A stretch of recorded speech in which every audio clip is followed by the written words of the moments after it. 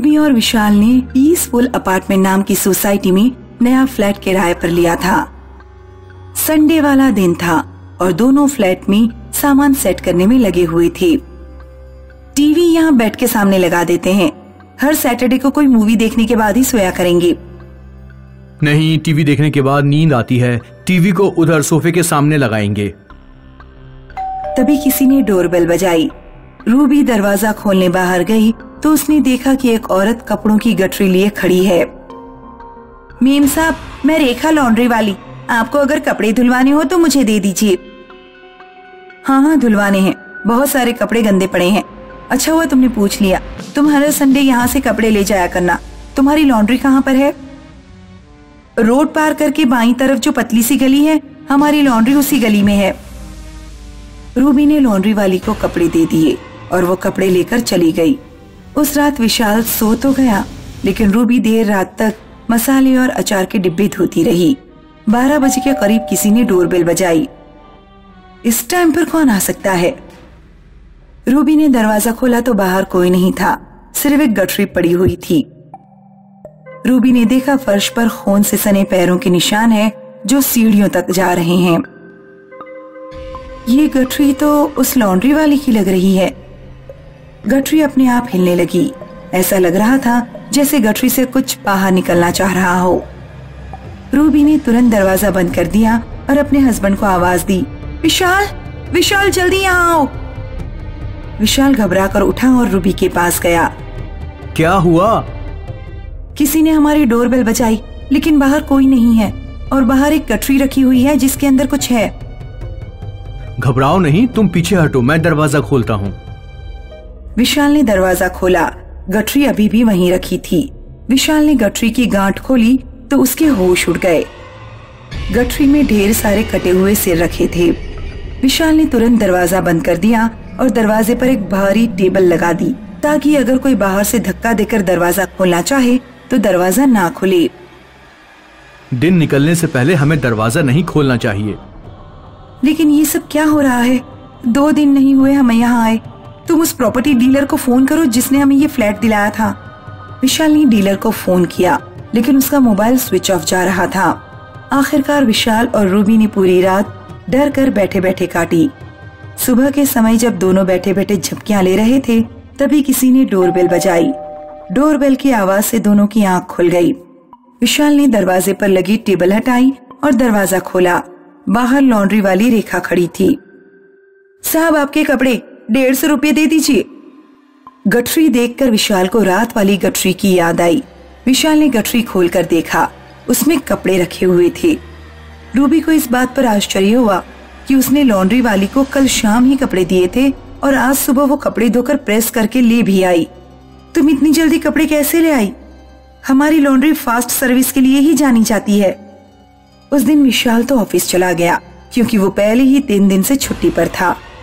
Ruby पिछली रात की घटना के बारे में बताने के लिए अपने नीचे वाले फ्लैट पर गई, लेकिन उसमें ताला पड़ा हुआ था। वो ग्राउंड फ्लोर पर जाने ही वाली थी, लेकिन उससे पहले प्रॉपर्टी डीलर का फोन आ गया। रूबी ने प्रॉपर्टी डीलर को रात में हुई घटना के बारे में बताया। डीलर ने उस घटना को रूबी और विशाल के मन का वहम बताया। मैडम, आपसे पहले उस फ्लैट में बहुत लोग रहकर जा चुके हैं। कभी ऐसा कुछ नहीं हुआ जैसा आप बता रही हैं। आप अपने मन का वहम निकाल दें। फ्लैट के आसपास कोई भूत प्रेत नहीं है। मैं आपके लिए रात को भी अपना फोन खुला रखूंगा। कुछ भी हो तो आप मुझे तुरंत फोन करिए। कुछ दिन तक कोई घटना नहीं हुई। एक दिन रूबी जब बाजार से लौट रही थी तो उसे लॉन्ड्री वाली की याद आई। लॉन्ड्री वाली कई दिनों से फ्लैट पर नहीं आई है। उसने अपनी दुकान इसी गली में बताई थी। रूबी गली में आगे गई तो उसे कोई लॉन्ड्री नहीं दिखी। एक जूस की दुकान थी। रूबी ने जूस वाले से पूछा, भैया, यहाँ आसपास कोई लॉन्ड्री है जिसे रेखा नाम की औरत चलाती है? है तो नहीं मैडम, लेकिन थी। करीब 8 साल पहले मैं जिस दुकान में जूस बेच रहा हूँ, इसी दुकान में रेखा और उसका पति लॉन्ड्री चलाते थे। रेखा घर घर जाकर कपड़े लेकर आती और धोती। उसका पति कपड़ों पर प्रेस किया करता। यहाँ से कुछ दूर पीसफुल अपार्टमेंट नाम से एक बिल्डिंग है। उस बिल्डिंग में सेकंड फ्लोर पर प्रदीप शर्मा नाम का एक आदमी रहता था। पढ़ा लिखा था लेकिन कैरेक्टर अच्छा नहीं था।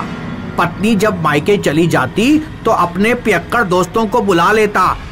एक दिन जब प्रदीप अपने दोस्तों के साथ खा पी रहा था तो रेखा कपड़े देने पहुंच गई।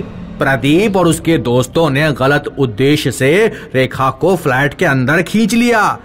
रेखा बेचारी अकेली फंस गई। चारों तरफ से उन लोगों ने उसे घेर लिया था। सारे आदमी शराब के नशे में धुत थे। अपना आत्मसम्मान बचाने के लिए रेखा बालकनी से नीचे कूद पड़ी। उसे उम्मीद थी कि वो बच जाएगी, लेकिन गिरते ही बेचारी मर गई। उसकी आत्मा आज भी पीसफुल अपार्टमेंट के सेकंड फ्लोर पर भटकती रहती है।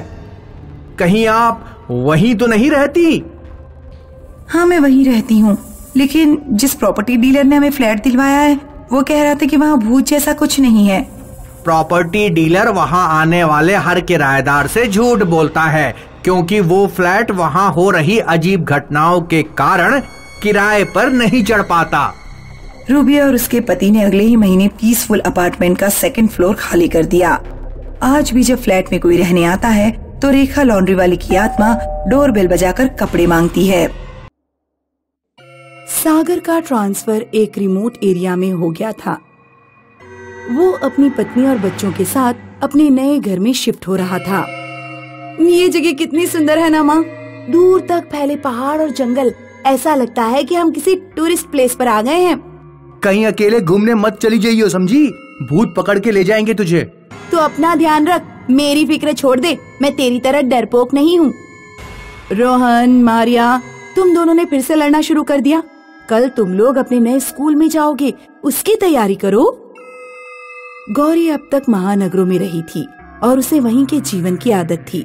उसे घर का सारा काम संभालने में बहुत परेशानी हो रही थी। काश मुझे यहाँ कोई काम वाली मिल जाती, मैं अकेले काम करते करते पागल हो जाऊंगी। गौरी को किसी के दरवाजे खटखटाने की आवाज आती है। आ रही हूँ। गौरी दरवाजा खोलती है तो बाहर एक औरत खड़ी थी। मेरा नाम लक्ष्मी है, क्या आपकी इधर किसी काम वाली की जरूरत है? कमाल है, मैं काम वाली के बारे में सोच ही रही थी। तुम्हें किसने बताया कि मुझे काम वाली की जरूरत है? किसी ने मुझे बताया नहीं। मैंने कल रात आप लोगों को यहाँ देखा तो मैं समझ गई कि शहर से कुछ लोग यहाँ रहने आए हैं। शायद उन्हें काम वाली की जरूरत हो। हाँ, मुझे जरूरत है और तुम आज से ही मेरे साथ काम करना शुरू करोगी। किचन किस तरफ है? ओहो सॉरी, मैं तो भूल ही गई। वो क्या है ना, नया घर है तो मुझे ध्यान ही नहीं रहा। ये बात इसे कैसे पता कि किचन दाईं तरफ है? सुनो लक्ष्मी, तुम्हें कैसे पता कि किचन दाईं तरफ है? कुछ साल पहले यहाँ एक साहब रहकर गए थे तो मैंने यहाँ काम किया था, इसलिए मुझे इस घर का कोना कोना पता है। ये तो अच्छी बात है। घर साफ करने में मेरी मदद कर देना। तुम जरा ये बर्तन धो दो, मैं अभी आती हूँ। गौरी बस 1 मिनट बाद किचन में लौटी तो उसकी आंखें फटी की फटी रह गईं। लक्ष्मी ने सारे बर्तन धोकर रख दिए थे।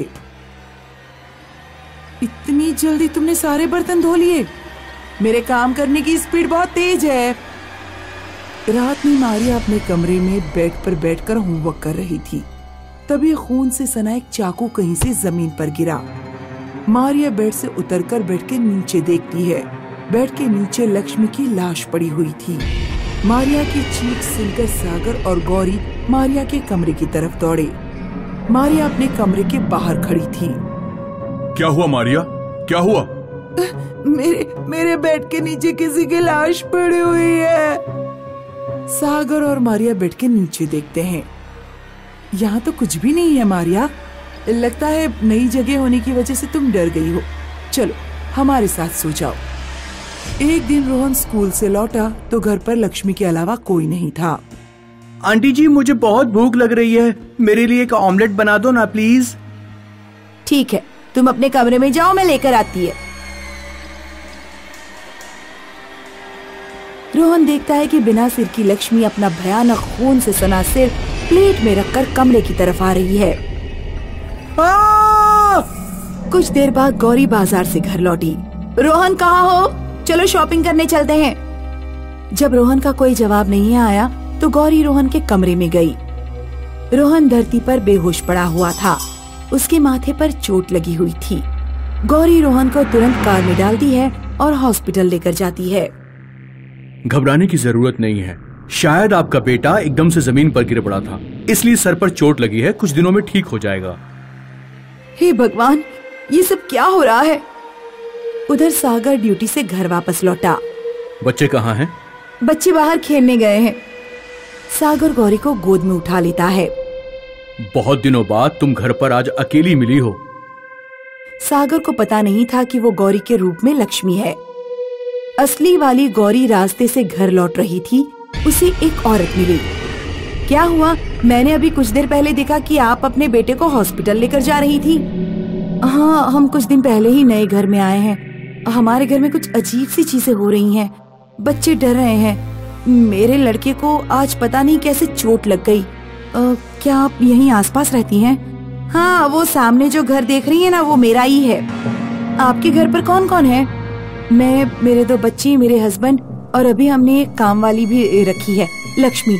शायद आप उसे जानती होंगी। लक्ष्मी? हाँ, लक्ष्मी जो काम करने में बहुत तेज है। लेकिन लक्ष्मी तो 20 साल पहले मर चुकी है। 20 साल पहले एक साहब इस घर में रहते थे। उनकी अपनी बीवी से आए दिन लड़ाई होती थी। लक्ष्मी उन साहब के यहाँ काम करती थी। लक्ष्मी को साहब से प्रेम हो गया। शायद वो साहब भी लक्ष्मी से प्रेम करता था।